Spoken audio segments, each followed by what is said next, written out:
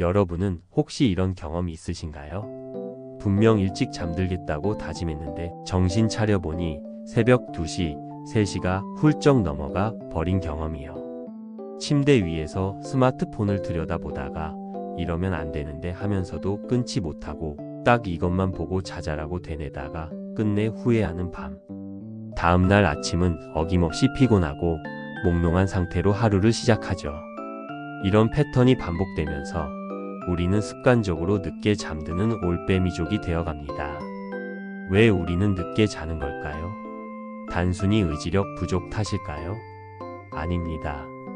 사실 우리를 밤늦게까지 깨어있게 만드는 데에는 다양한 심리적, 생물학적, 그리고 사회적 원인이 복합적으로 작용하고 있습니다. 오늘 우리는 그 5가지 이유를 깊이 파헤쳐보고 왜 우리가 밤을 잃어버렸는지에 대한 답을 찾아보려 합니다. 단순히 일찍 자라는 뻔한 조언 대신 우리 몸과 마음 속에서 벌어지고 있는 일들을 이해함으로써 이 문제를 해결할 실마리를 찾아보겠습니다. 자, 그럼 첫 번째 이유부터 함께 알아볼까요? 첫 번째, 디지털 중독과 푸른빛의 유혹. 우리가 늦게 자는 가장 현실적이고 강력한 원인 중 하나는 바로 스마트폰과 디지털 기기입니다. 침대에 누워 스마트폰을 보는 것은 이미 우리 모두의 일상이 되어버렸죠. 밤늦은 시간까지 스마트폰 화면에서 뿜어져 나오는 푸른빛 블루라이트. 수면을 유도하는 호르몬인 멜라토닌의 분비를 억제합니다. 우리 뇌는 푸른빛을 낮 시간대의 햇빛으로 인식하여 아직 낮이니 깨어 있어야 한다고 착각하게 만드는 것입니다.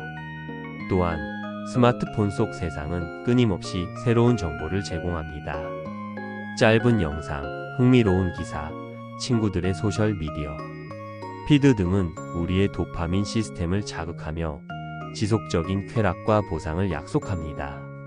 이로 인해 우리는 딱 5분만 더 이것만 보고 자자는 생각으로 계속해서 스크롤을 내리게 됩니다.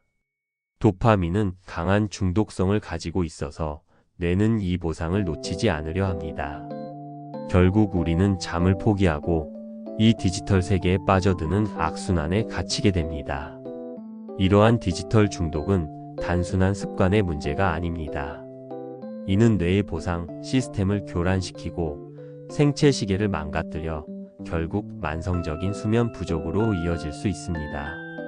또한 잠들기 전 흥분 상태는 수면의 질을 저하시켜 설령 잠이 들더라도 깊은 숙면을 방해합니다.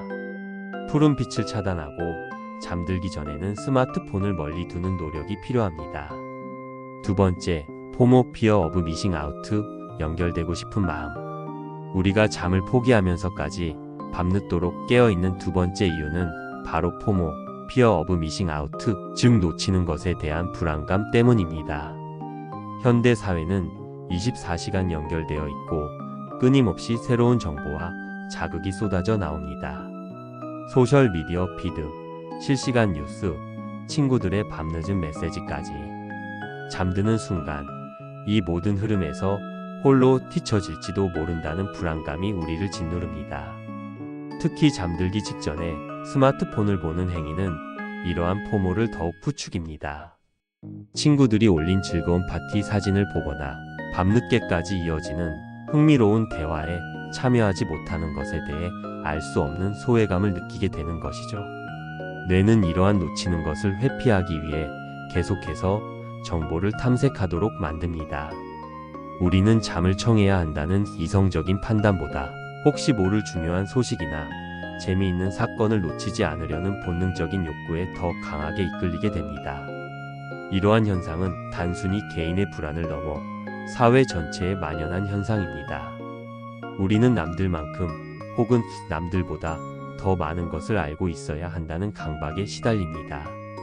이 강박은 결국 잠을 비생산적인 시간으로 치부하게 만들고 그 시간을 다른 사람들과 연결되거나 정보를 습득하는 데 사용하게 합니다. 그러나 아이러니하게도 수면 부족은 다음날 집중력과 사회성을 떨어뜨려 결과적으로 타인과의 연결을 더욱 어렵게 만들 수 있습니다. 세 번째, 보상 심리, 나만의 자유시간. 하루 종일 직장이나 학교에서 바쁘게 보낸 뒤 밤이 되면 비로소 나만의 시간을 가질 수 있다는 심리적 보상 때문에 늦게 자는 사람들이 많습니다. 이를 복수 수면 지연, 리벤지, 배드타임, 프로크레스터네이션이라고 부르기도 합니다.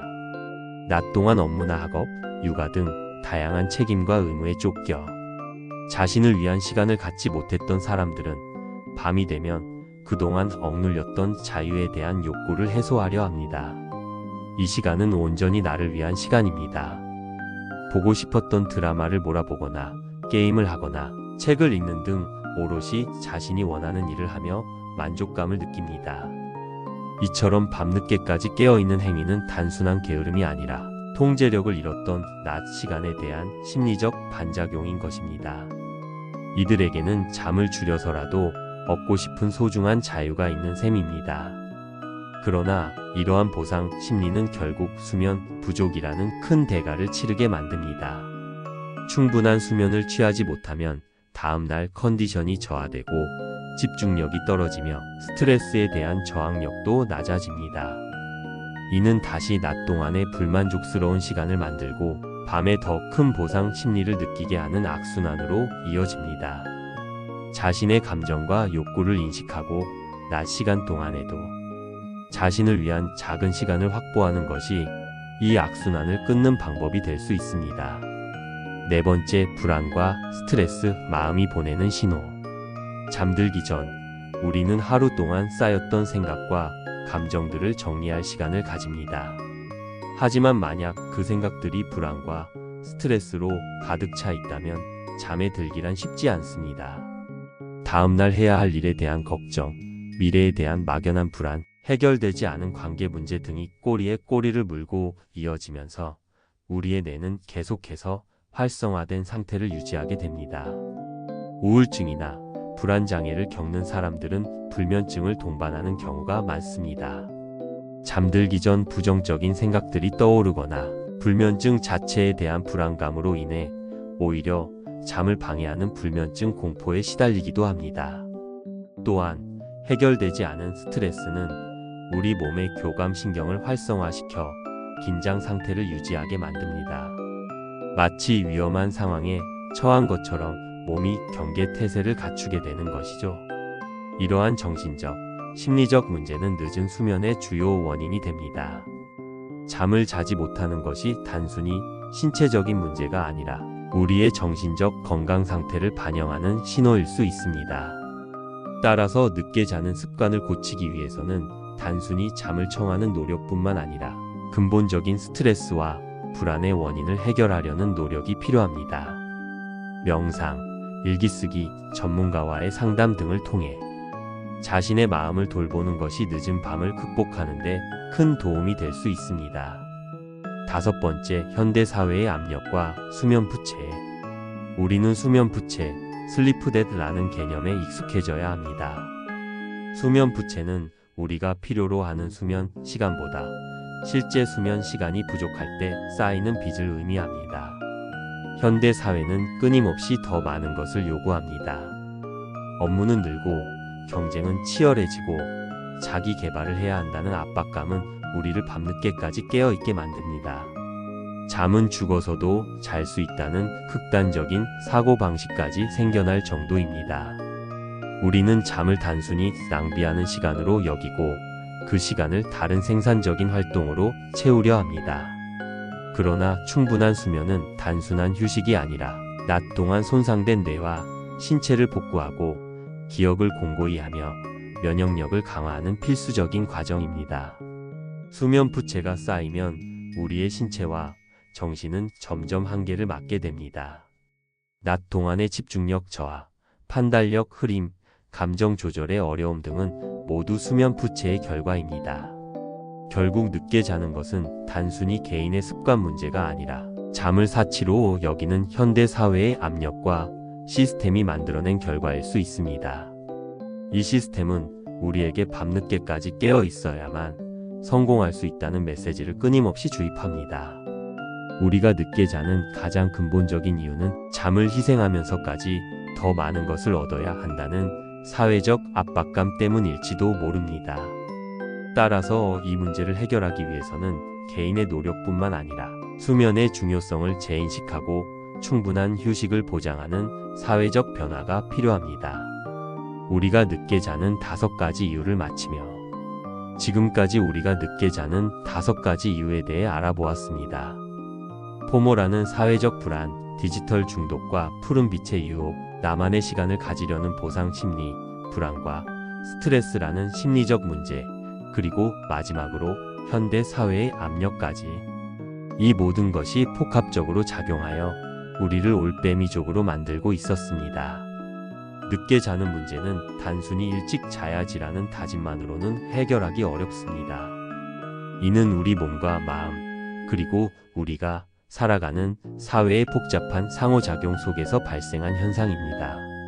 그러므로 이 문제를 해결하기 위해서는 먼저 자기 자신을 이해하는 것부터 시작해야 합니다. 나는 어떤 유형의 사람인지, 어떤 심리적 보상을 원하는지, 무엇이 나를 불안하게 만드는지를 알아차리는 것이 중요합니다. 이제는 단순히 잠을 의무로 여기는 것이 아니라 잠을 나 자신을 위한 투자로 인식하는 시각의 전환이 필요합니다. 잠을 줄여서 얻는 것보다 충분한 잠을 통해 얻는 건강한 몸과 마음, 그리고 창의적인 삶이 훨씬 더 가치 있다는 것을 깨닫는 것입니다. 오늘 밤 스마트폰을 잠시 내려놓고 자신에게 충분한 휴식이라는 선물을 건네보는 것은 어떨까요? 작은 시도들이 모여서 잃어버린 우리의 밤을 다시 되찾을 수 있을 것입니다. 여러분이 생각하는 우리가 늦게 자는 이유는 무엇인가요? 댓글로 여러분의 의견을 남겨주세요. 다음에도 더 흥미로운 주제로 돌아오겠습니다. 구독과 좋아요, 알림 설정 잊지 마세요. 시청해 주셔서 감사합니다.